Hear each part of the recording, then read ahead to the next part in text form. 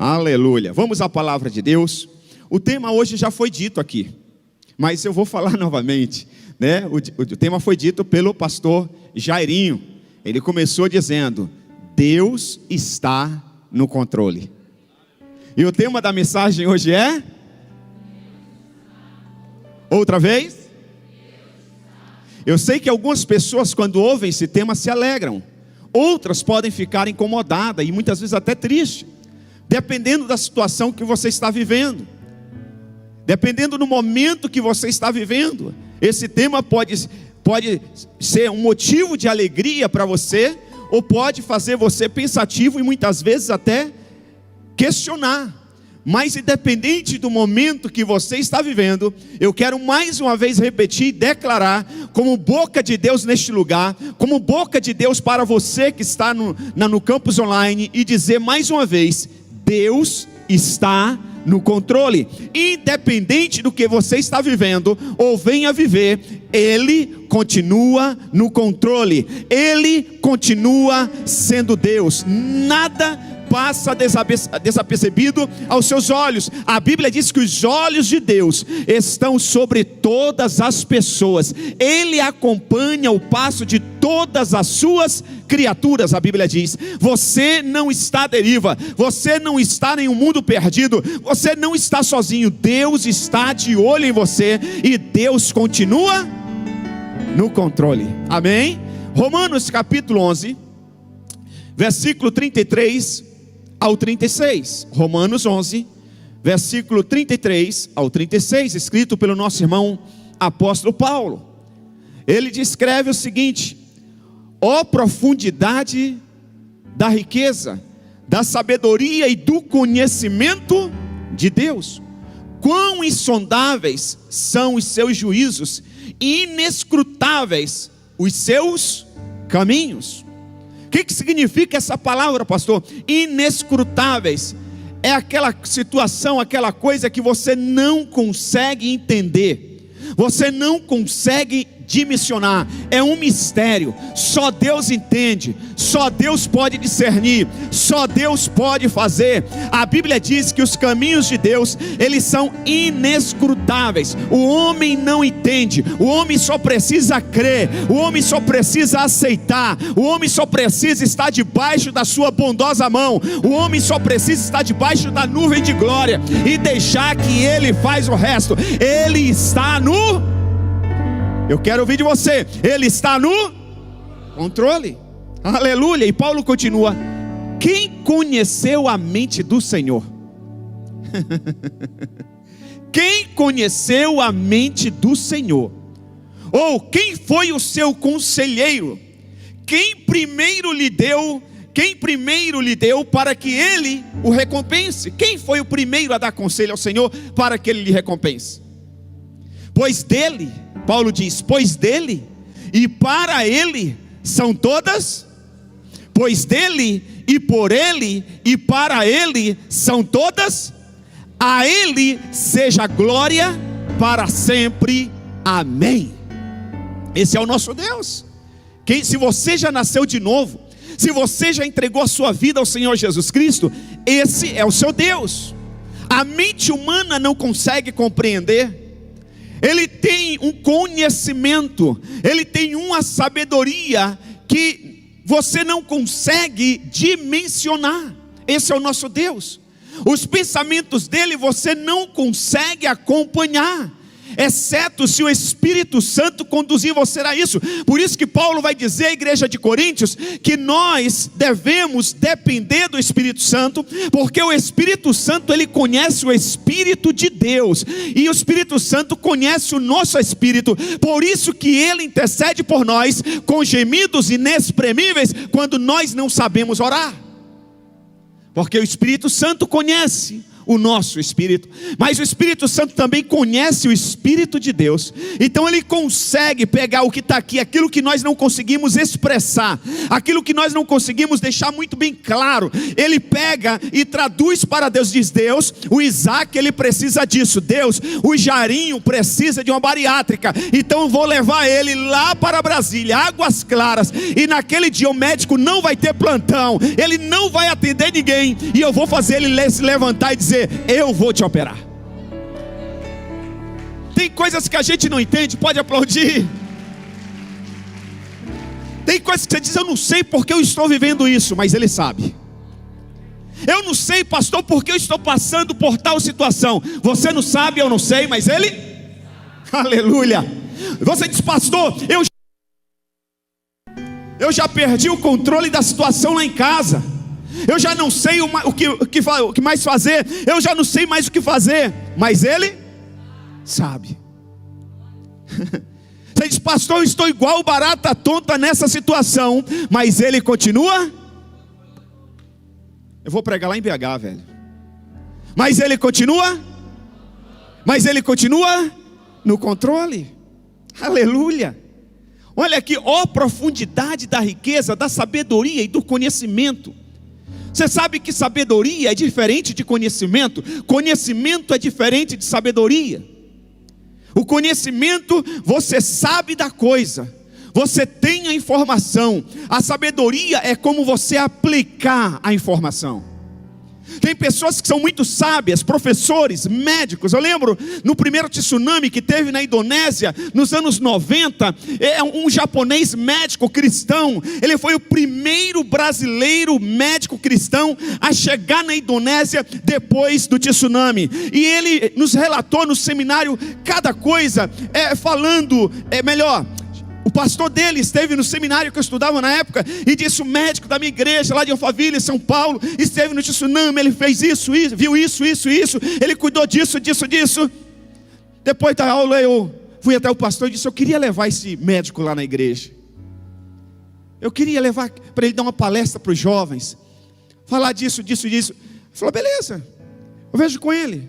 Marquei lá, fiz a propaganda, levei um médico japonês, nada contra os japoneses, mas especificamente aquele médico tinha tanta informação. Você tomando café com ele, ou comendo alguma coisa, ele falando, você enriquecendo a sua alma, o seu conhecimento. Mas na hora que demos o microfone para ele, foi uma negação. Ele não soube passar todo o conhecimento que ele tinha. Meia hora depois tinha gente cochilando, 40 minutos depois tinha gente já indo embora. E foi uma eternidade, uma hora de palestra, porque ele tem o conhecimento.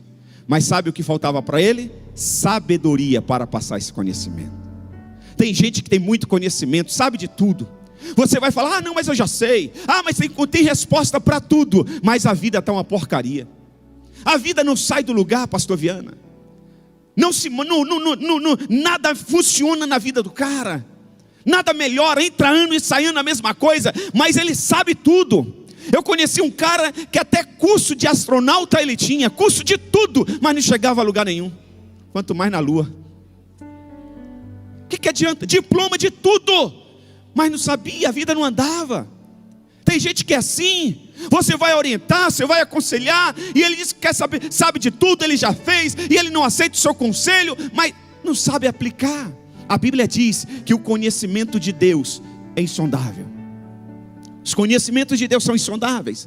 E a sabedoria dele também. Então ele não só sabe, mas ele aplica corretamente. Você diz: pastor, eu não sei por que estou enfrentando tal situação. Pastor, eu estou sofrendo muito, eu não aguento essa dor. Você não sabe, mas se você confiar no seu Deus, Ele vai saber, Ele tem sabedoria suficiente para pegar essa dor e transformar numa bênção, numa vitória, num milagre, em um testemunho, em nome de Jesus. Aleluia! Aleluia! Nada, se a sua vida é de Deus, se você nasceu de novo, se você já entregou a sua vida para o Senhor Jesus Cristo, se você vive para Ele intensamente, nada acontece na sua vida por um acaso. Nada acontece na sua vida por um acaso. Nós precisamos ter essa consciência, meus irmãos. Nós precisamos entender isso, porque muitas vezes nós cantamos: o meu Deus pode fazer, nada é impossível para o meu Deus. Mas quando chega ali no estacionamento, a gente já está murmurando. A gente chega em casa reclamando porque o milagre não aconteceu. A gente acorda amanhã e vai trabalhar reclamando. E a gente canta aqui que Deus pode fazer tudo. Não basta cantar, você tem que viver o que você canta. Você tem que entender que o seu Deus pode fazer. Ele tem o controle. Nada está acontecendo na sua vida por um acaso. Espera só mais um pouquinho. Lembra do Melo Switch? Espera só mais um pouquinho. Espera, fala para o teu irmão, espera aí um tiquinho aí mais. Espera um tiquinho mais. Já viu aqueles acidentes de trânsito? Não sei se você já se envolveu em algum acidente, que depois que aconteceu o acidente você fala: puxa, se eu tivesse esperado mais um segundo, não teria me envolvido no acidente. Já viu aquelas pessoas que iam pegar o avião, perderam o voo, ficaram chateadas e meia hora depois descobriram que o voo caiu, o avião caiu. Ficaram talvez até murmurando, reclamando, quem sabe xingando a esposa porque atrasou, os filhos, o trânsito. E daqui a pouco ele disse: não foi a minha esposa que atrasou, foi Deus que me guardou. Aleluia. Dei um alívio aí para as mulheres, hein? Aleluia. Olha aí, hein? Presta atenção, ele sabe aplicar. Ele não só tem o conhecimento, mas ele tem Ele não só tem o conhecimento, mas ele tem a sabedoria. E ele também quer que você tenha essa sabedoria. Aleluia. Ele não quer só que você saiba da Bíblia, ele quer que você saiba aplicar a palavra no seu dia a dia. Tem muita gente que sabe de Bíblia. Eu lembro que meu pai, eu nasci num lar cristão. Quando eu tinha 9 anos, meu pai se desviou e ele ficou vários anos, quase 10 anos longe de Jesus. Convidávamos ele para ir para a igreja e ele sempre usava esse argumento: menino, antes de você nascer, eu já li a Bíblia, eu conheço a Bíblia de capa a capa. E a gente ficava sem argumento.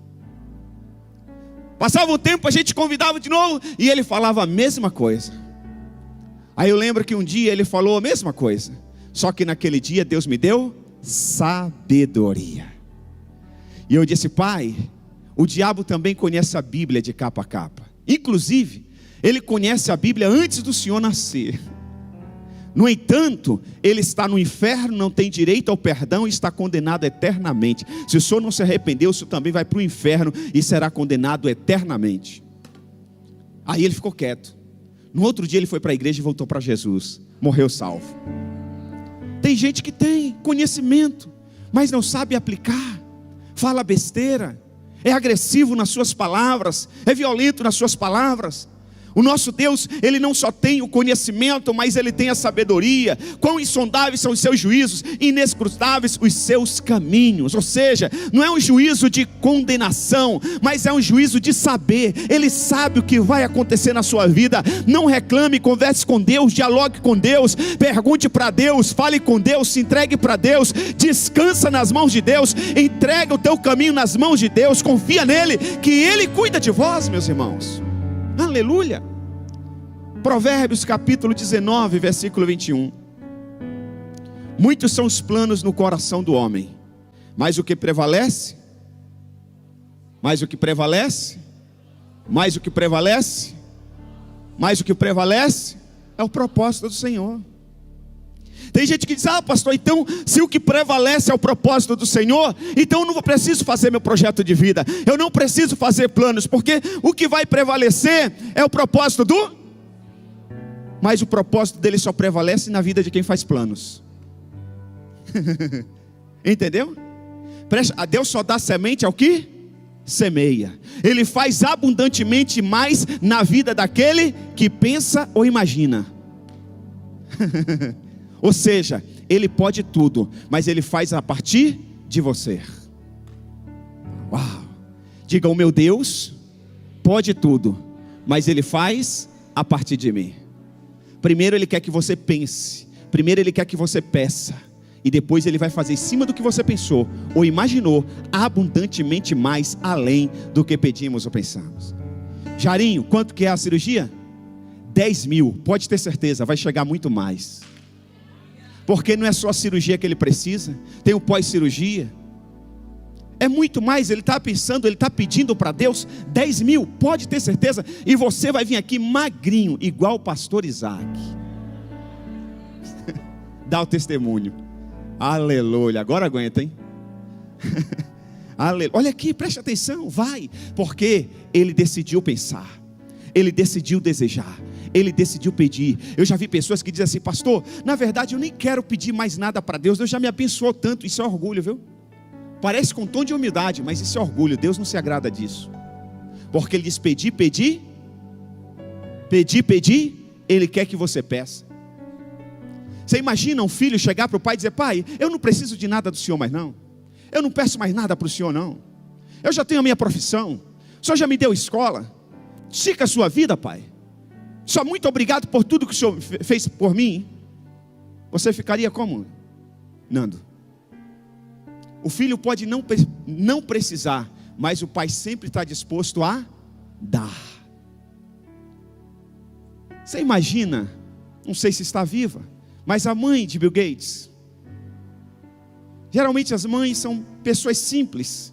O filho às vezes cresce, se forma, se torna multimilionário, mas a mãe geralmente, ou a avó, permanece. O cara pode comer nos melhores restaurantes do mundo, nas melhores docerias do mundo, mas a mãe às vezes na sua simplicidade faz um bolo caseiro, faz um docinho caseiro, e quando chega lá e diz: ó filho, está aqui para você, que eu fiz para você com tanto carinho. Você já imaginou o filho chegar e dizer: mãe, eu não preciso do seu doce mais não, eu não preciso mais do seu arroz não, eu fui lá no Fogo no Chão, lá na 23 de maio, eu fui lá em Nova York, outro dia não, alguns anos atrás eu estava com um pastor lá do Morumbi, e ele disse assim: Isaac, tem alguns membros da minha igreja que às vezes sábado à tarde, eles ficam com vontade de jantar em Nova York. Aí eles pegam o helicóptero, vão até o campo de Marte, pegam o jatinho e vão para Nova York jantar. Domingo de manhã volta para o culto. Você imaginou? Dá glória a Deus, se alegra com o irmão. Sinto um tom de inveja quando a gente fala essas coisas. Inveja não é de Deus não, irmão. Olha aqui, preste atenção. Agora imagina a mãe desse cara, quando ele volta de Nova York no jatinho dele. No domingo a mãe diz: filho, vem aqui em casa, seu pai quer almoçar com você. Imaginou o filho dizer: mãe, pô, seu feijão, seu arroz, eu vim lá da Wall Street, eu vim lá da rua número tal, qual que é o número lá, Jean? Que você que não sai de lá, de Nova York, Wall Street, é o mesmo que eu falei, não adiantou nada.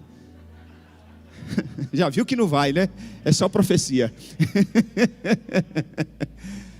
Pai, eu jantei lá ontem, seu feijão. Ei, imagina Deus, o cara dizer: eu não preciso pedir mais nada para Deus. Olha que orgulho, ele não sabe quem é o Deus dele. Nada do que você tem vai superar o que Deus ainda tem para você. Aleluia. Nada do que você já tem pode superar o que Ele ainda tem para você. Ele é uma fonte inesgotável. Aleluia.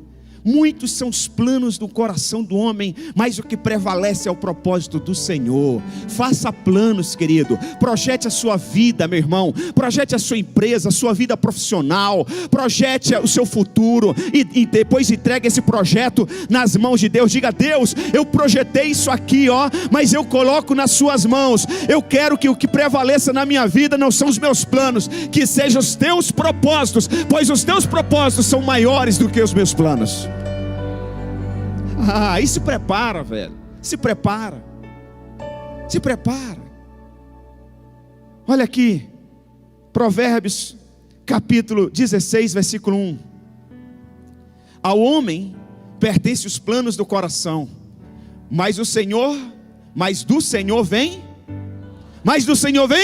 Você tem que fazer planos.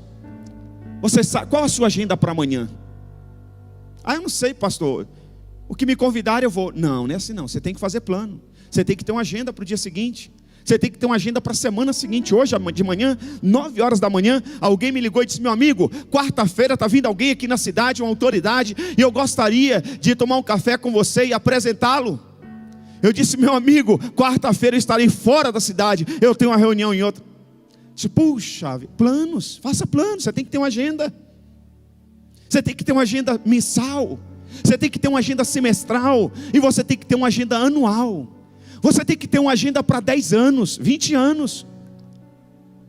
Eu disse outro dia aqui, não é brincadeira não. Eu tenho um projeto para os próximos 40 anos nessa cidade. Se eu não concluir, Deus vai colocar alguém no meu caminho que vai dar continuidade. Mas os planos, os projetos vão prevalecer em nome de Jesus. Você tem que fazer plano. Então preste atenção. Ao homem pertence os planos do coração, mas do Senhor vem a resposta da língua. Você faz a sua parte, mas sempre entenda, o que vai prevalecer é a resposta de Deus. A sua vida não é uma Maria vai com as outras. Você não é uma marionete. Você tem um Deus que guia você. Você tem um Deus que cuida de você. Você tem um Deus que dirige os seus passos. Você tem um Deus que coordena a sua vida. Você tem um Deus que a última palavra é a dele na sua vida. Não se desespere. Quando a gente entende isso, a gente não se desespera. Quando a gente entende isso, a síndrome do pânico não pega a gente. Quando a gente entende isso, a crise de ansiedade excessiva não pega a gente, porque nós estamos descansados no Senhor. Quantas vezes vem algumas propostas para mim, e algumas coisas que são interessantes, e ao longo dos anos você vai amadurecendo. Antes ficaria muito empolgado, já tomaria decisão. Hoje não, eu espero. E a pessoa, mas você não vai pegar, você não vai fazer, mas você não vai. Deixa eu pensar, deixa eu falar com Deus. As coisas de Deus acontecem naturalmente. Quem está me entendendo diz amém. Provérbios 16:33 diz: a sorte é lançada no colo, mas a decisão vem do Senhor. Em outras versões diz que o dardo é lançado, é jogado, mas a decisão vem do Senhor. Imagina um dardo, você joga para cima, ele cai. Você diz, puxa, mas caiu. Mas a decisão veio do Senhor. A sorte é lançada no colo, mas a decisão vem do... Tudo o que acontece ou vem acontecer na sua vida, a resposta final vem do... Pronto. Ontem eu conversava com o irmão, e ele disse, pastor, eu tenho essa situação, o cliente está precisando, e eu preciso resolver tal coisa, e tal, ele falou, e normal, natural. À noite eu perguntei, e aí querido, conseguiu alguma coisa? Não, tá bom. Eu disse, mas você vai conseguir. Estava aqui fazendo manutenção, colocando as lâmpadas lá com o Robson, e vai para lá e vai para cá. Daqui a pouco eu estava em cima de um entulho ali, aqui atrás, um monte de telha tem ali. Eu estava segurando um negócio para o Robson, o Espírito Santo trouxe à minha memória o nome de uma pessoa que eu almocei há 2 meses atrás. Almocei com ele 2 meses atrás. E na conversa no almoço ele disse o que ele fazia. E eu disse, opa, esse cara. Liguei para o irmão e disse, querido, há 2 meses atrás eu almocei com fulano, e ele trabalha com tal coisa. Se você achar interessante e permitir, eu posso ligar para ele, e se ele autorizar eu passo o contato dele para você. Ele disse, pode fazer, pastor. Liguei para o cara aqui, mandei o WhatsApp em cima das telhas aqui fora, aqui atrás. Hoje à tarde o irmão me ligou e disse, pastor, deu certo. Pastor, deu certo. Sabe por quê? A resposta não vem da nossa rede de relacionamentos. A resposta não vem do nosso conhecimento. Aleluia. A resposta final vem do... Você pode estar em cima das telhas, você pode estar no Caribe, você pode estar na Disney, você pode estar na sua casa, você pode estar debaixo do chuveiro. Ei, mas se a tua vida está nas mãos do Senhor, a resposta vai chegar para você na hora certa. Aleluia, aleluia. Deus está falando com alguém aqui nesta noite. E para nós terminarmos, Isaías 55:8. Anote por gentileza, Isaías 55:8. Pois os meus pensamentos não são os pensamentos de vocês, nem os seus caminhos são os meus caminhos, declara o. Querido, não adianta. Já viu filho, criança, às vezes quer lutar com o pai tem que fazer que perdeu na luta. O pai tem que se fazer de fraco, porque se o pai usar a força dele mesmo, machuca a criança. E o pai se faz de fraco, e ele ainda diz, ganhei pai, mais uma vez. Não adianta a criança querer lutar com o pai, ele vai se machucar, se o pai usar toda a força. Por quê? Porque o pai tem infinitamente mais força que a criança. Assim é o nosso Deus, o pensamento dele está infinitamente mais elevado que o nosso. Não adianta você fazer birra com Deus, não adianta você ficar contra-argumentando com Deus, o que vai prevalecer aos propósitos dele. O que você tem que fazer? Planos, e depois descansar nos braços do Pai. Deixa eu te falar, tem gente que fica lutando como se fosse feito de aço. Você não foi feito de aço não, você foi feito do barro. Deus não espera que você seja um homem, um filho de aço. Deus espera que você seja um filho de argila. Argila é fácil moldar. Sabe, a gente vem para a igreja para ser moldado por Deus. Igreja não é lugar de conforto. Igreja é lugar de ser moldado. Porque ele disse assim: sem santidade ninguém verá a Deus. E aqui nós estamos no processo de santificação, de pureza. É viver a palavra e aplicar a palavra. E cristianismo é transformação. O evangelho é metanoia. O mundo tem que ver uma transformação em nós. E o aço, ele é difícil de ser moldado. Precisa de uma temperatura muito forte. A argila não, ela é moldada com facilidade. Diga: eu sou de argila, eu não sou de aço. Diga: Deus pode moldar a minha vida. Olha, sabe, Jeremias diz assim: sou eu é que sei os planos que eu tenho ao vosso respeito. São planos de paz, de fazer você prosperar, de lhe dar um futuro. Deus tem um futuro para todos nós. Tem gente que tem medo do futuro. Se a tua vida está nas mãos de Deus, o teu futuro está garantido, Ele é bom. Aleluia, não tenha medo. Tem gente que tem medo de se lançar numa nova empresa, em um novo desafio. Tem gente que tem medo de se lançar numa nova casa, um novo projeto. Não, ei, ouça Deus, ouça a voz de Deus, tenha intimidade com Deus e confie que a tua vida está nas mãos de Deus, porque o teu futuro está garantido, está de pé. Você não será envergonhado, você não será humilhado, você não será fracassado. Ele tem vida abundante para você, meu irmão.